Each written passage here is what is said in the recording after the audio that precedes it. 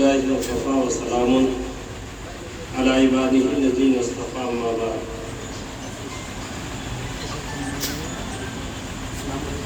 قال اللہ تبارک وتعالی فی القرآن المجید والفرقان الحمید انا نحن نزلنا الذکر وانا لہ لحافظون۔ ابھی نکل کے نا باہر۔ خیرکم من تعلم القرآن وعلمہ۔ صدق اللہ العظیم۔ جی تو یہاں محترم حضرات، جب تک چلتا رہے گا۔ اسٹیج پہ بیٹھے ہوئے علماء حضرات، حضرت مولانا مفتی ڈاکٹر تنظیم عالم قاسمی دعوت برکاتہ اور مفتی شاہد قاسمی دعوت برکاتہ معتمد تعلیمات المعہد الاسلامی حیدرآباد، اور حضرات اساتذہ کرام، بڑی خوشی کی بات یہ ہے کہ میں بھی اس جلسے میں شرکت کے لیے حاضر ہوا اپنے حضرات کی تقریر سننے کے لیے، اور اس مدرسے سے میرا پرانا تعلق رہا ہے۔ ماشاءاللہ یہ ادارہ ترقی کی طرف گامزن ہے اور بہت خوشی ہوتی ہے ماشاءاللہ۔ ابھی میں تقریر سن رہا تھا، ایسا محسوس ہو رہا تھا کہ میں کسی بڑے ادارے میں جو پروگرام ہوتا ہے، بچے تقریر کرتے ہیں، ویسا پروگرام ہو رہا ہے۔ ماشاءاللہ یہاں کے اساتذہ نے بڑی محنت کی ہے، اور سب سے بڑی بات یہ ہے کہ تقریر کے دوران کوئی بچے رک نہیں رہے تھے اور کوئی بلا جھجک تقریر کر رہے تھے، ایسی تقریر کر رہے تھے۔ بڑے اداروں میں نے دیکھا ہے کہ وہاں بچے رک جاتے ہیں، تقریر کرنے کے درمیان میں اٹک جاتے ہیں ماشاءاللہ، لیکن کسی بچے میں یہ بات میں نے نہیں دیکھا۔ کہ اللہ تعالیٰ کا فضل و کرم ہے۔ ہم جو یہاں جمع ہوئے ہیں وہ اصل میں جلسہ حفظ تکمیل قرآن مجید کے لیے جمع ہوئے ہیں ماشاءاللہ۔ کچھ بچے یہاں آج دستار بندی ہوگی اور اس کی حفظ مکمل ہوگا، یہ بڑی سعادت مندی کی بات ہے۔ آج دنیا میں لوگ یہ کہتے ہیں کہ مدرسوں کی ضرورت نہیں ہے، اداروں کی ضرورت نہیں ہے۔ میں یہ کہتا ہوں کہ خصوصاً اس زمانے میں مدرسوں کی اور اداروں کی بہت ضرورت ہے۔ ماشاءاللہ جو بچے آج حفظ قرآن کریم تکمیل کیے ہیں وہ مبارکباد کے مستحق ہیں، اور کل تک آپ نام کے ساتھ پکارے جاتے تھے، ماشاءاللہ آپ حافظ قرآن کے ساتھ پکارے جائیں گے، اور آپ کا جو رتبہ اور مرتبہ ہے جب آپ مدرسے سے نکلیں گے تب محسوس ہوگا۔ آج بھی لوگوں کو آپ کی ضرورت ہے، کیونکہ میں ایک مسجد سے زمانے سے جڑا ہوا ہوں، اور لوگ یہ کہتے ہیں کہ علماء حفاظ بہت زیادہ ہیں۔ مجھے افسوس اس بات سے ہے کہ ایک ہفتہ پہلے کی بات ہے، میں ایک جنازے میں شریک ہوا۔ میں بتلا رہا ہوں، ایک مقرر تقریر کر رہے تھے کہ مدرسے نے لوگوں کو کیا دیا۔ عنوان تھا ایک بچے کا کہ مدرسے نے لوگوں کو کیا دیا۔ میں یہ کہتا ہوں مدرسے نے لوگوں کو بہت کچھ دیا ہے۔ اگر یہ مدرسے نہیں ہوتے تو جنازے کی نماز پڑھانے والے بھی نہیں ہوتے۔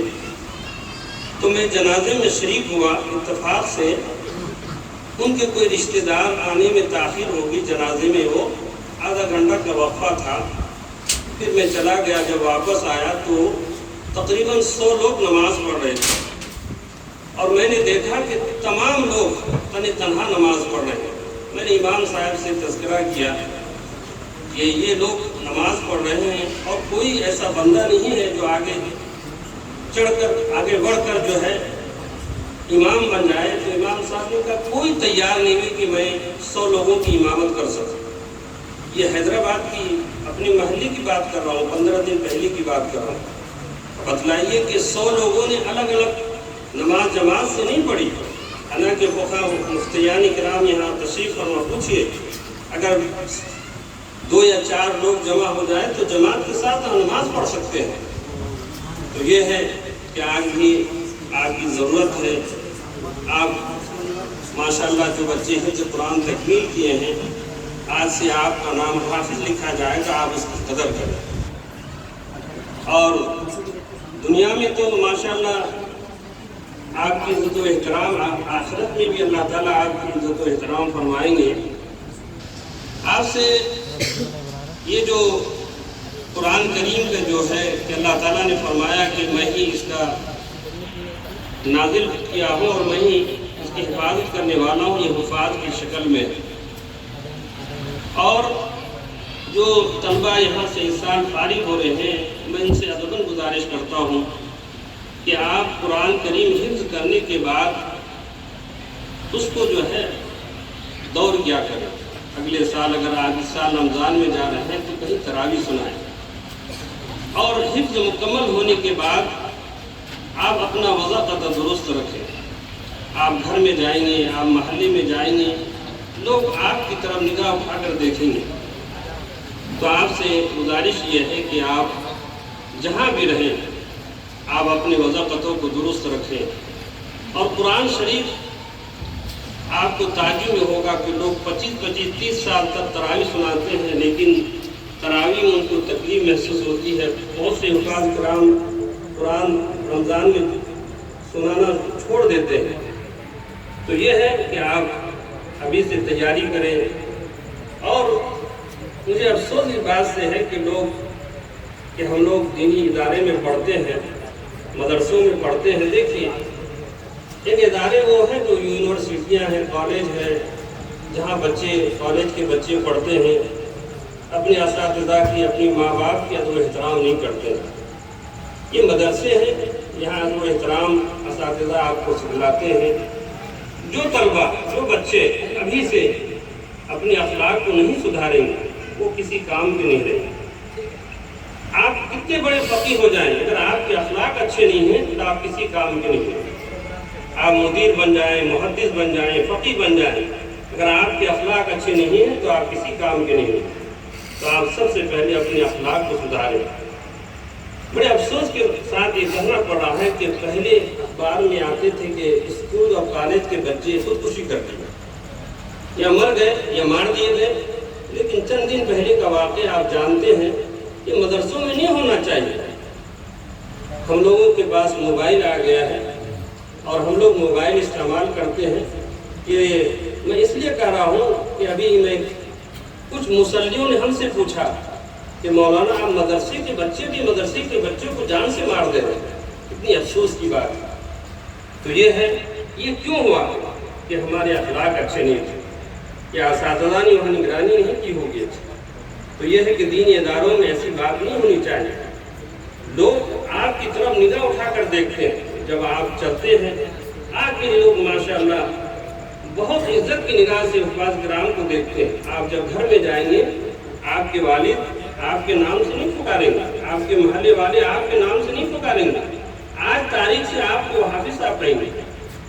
گھر میں کتنے بھی لوگ ہوں گے تو ہم اس کا لحاظ پاس کریں، مدرسے میں رہیں، موبائل نہ دیکھیں۔ یہ موبائل کی وجہ سے اس کی جان چلی گئی بچے کی۔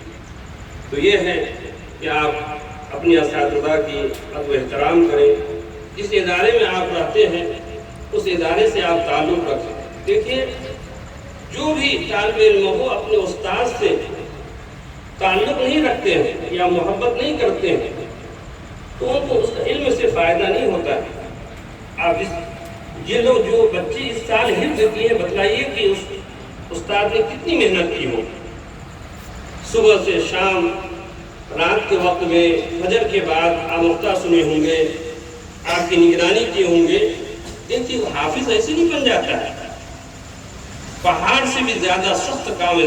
پہاڑ اگر کوئی توڑ لے تو اچھا ہے، آسان ہے، لیکن کسی بچے کو حافظ بنا دینا یہ بہت مشکل کام ہے۔ تو میں مبارکباد دیتا ہوں حضرات اساتذہ کی جنہوں نے محنت کی ہے، اور جو بچے اس سال حفظ مکمل تکمیل کر رہے ہیں۔ دیکھیے، دنیا میں بہت سی کتابیں لوگ یاد کر لیتے ہیں لیکن وہ بھول جاتے ہیں۔ قرآن کریم ایک ایسی کتاب ہے کہ انسان یاد کرنے کے بعد کبھی نہیں بھولتا ہے۔ اب جب تراویح پڑھائیں گے تو اگر آپ کہیں پہ اٹک جائیں گے تو محسوس ہوگا کہ میں نے فلاں جگہ غلطی کی ہے۔ اور جو طلبہ حفظ کر رہے ہیں، میں ہمیشہ کہتا ہوں یہ باتیں بولنے کی ہے کہ آپ سبق بالکل پکا سنائیں. جو بچے سبق کچا سناتے ہیں، سبق میں غلطی ہوتی، زندگی بھر غلطی رہتی ہے، وہ ہمیشہ کی غلطی رہتی ہے. تو اس لیے سبق جو ہے اچھا یاد کر کے سنائیں. بارک مفتی بلال صاحب نے صراحت کی ہے کہ مختصر اور وقت بہت کم ہے. میں تمام اساتذہ کی اور یہاں کے ذمہ دار کا شکریہ ادا کرتا ہوں، اور بڑی خوشی ہوتی ہے اس ادارے میں آنے کے بعد. چند دنوں میں اس ادارے نے بہت ترقی کی ہے، ماشاءاللہ بہت ترقی کی ہے. یہاں کے جو بچے ہیں بہت صاف ستھرا یا صفائی ستھرائی کا خیال رکھتے ہیں. اور میں پرسوں عصر کی نماز پڑھنے کے لیے میں آ گیا تھا.